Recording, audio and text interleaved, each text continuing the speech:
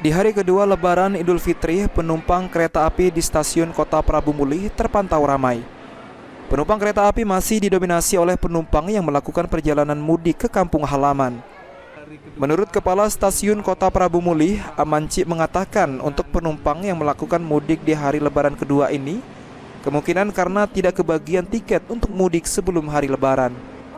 Walau masih banyak penumpang kereta api melakukan mudik, namun ada juga yang akan balik lagi ke perantauan setelah berlebaran di kampung halaman.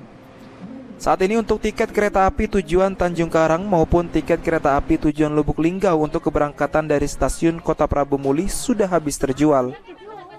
Stasiun Prabu Mulih hari kedua penumpang cukup ramai dengan jumlah penumpang yang tujuan Tanjung Karang kereta Raja Basa lebih kurang 130 orang, dan yang kereta Serelo tujuan Lubuk Linggau ada sekitar 65 orang.